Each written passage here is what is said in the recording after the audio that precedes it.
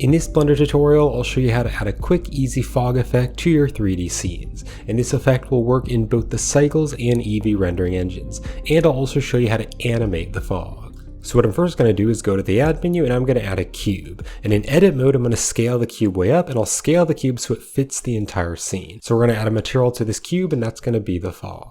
Let's now go over to the shading workspace, and I'll go into the camera view, I'll go into the rendered mode, and I'll just add a new material to this cube, and I'll call it fog. Now we don't want to use the principled shader. What we want to do instead is search for the principled volume. And it's very important that you put the volume into the volume of the material output. We're not going to use the surface, we're going to use the volume instead. So now you can see we've added fog, but it's way too strong, and so it's too thick. So what we want to do is drag this density value down to make it less strong. And now you can see the scene again, so just turning it to like a 0.02 actually looks really cool, and already we have a really quick fog effect.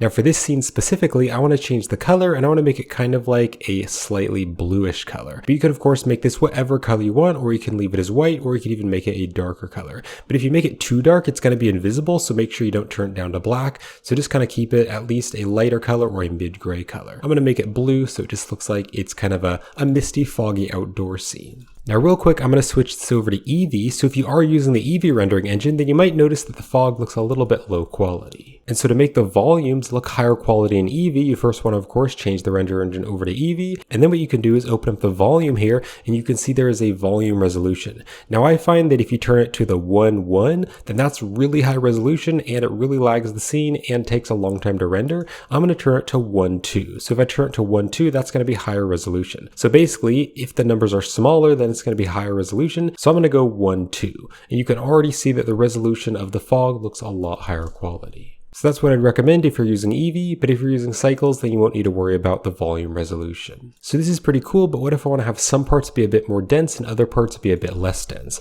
Well, for this, I can search for a noise texture, and then because I have the node wrangler turned on, I'll hit Control T, which will add the texture coordinate and mapping after the noise texture, and I'm going to use the object coordinates. Now what we can do is we can take the noise texture factor and put that into the density, so this way the brightness and darkness of the noise texture is controlling how dense it's going to be. And also I'm going to turn the 3D here to 40 so that we get a W value so we can randomize the noise. Now the noise texture is way too strong, so I'm going to search for a color ramp, so just search for ramp, and we're going to drop a color ramp here after the noise texture. Now what I can do is click on the white tab and turn the white tab down. And so as the values get darker and darker, it's going to make the fog less dense. So if the values are white, they're going to be really dense. If the values are dark, it's going to be less dense. So I'll just make it kind of this mid-gray color, something like that. And then I also want the noise texture to be a bit more contrasty, so I can actually see some parts being a bit more dense and other parts being less dense. So I can drag the two tabs together to control that contrast. Now if I Control Shift select the color ramp to preview the color ramp and then kind of zoom out here,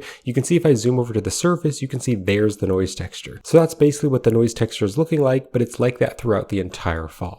So what I can do is change some of the settings. So for example, I think I'll turn the scale to 1 so it's a bit bigger, and then I'll turn the detail all the way up to 15 so it's more detailed, and then I'll turn the roughness up to a 0.8 to make it even more detailed. So we have some detailed fog. So I'll just remove the surface here, I'll just remove that from the color ramp, so I'm just previewing the volume. And that's just going to add a little bit of variation to the density. Now, what if you want to animate this? What you can do is you can move this X location or the Y location or Z location to kind of move the fog around. So in my case, what I'm going to do is go to frame 1 here on the timeline, and I'm going to hit the I key with my mouse hovered over that value to inset a keyframe. Then what I can also do is animate the W value to kind of randomize the noise and also move the noise. So I'm going to hover my mouse over the W value and hit I to inset a keyframe. Now what I'm going to do is go to the very end, so frame 250, and I'm going to move this fog. So for this scene, I'm going to take the X value and I'm going to make it a -10. So -10 along the X axis is going to move it in this direction. So then I'll hit the I key to inset a keyframe.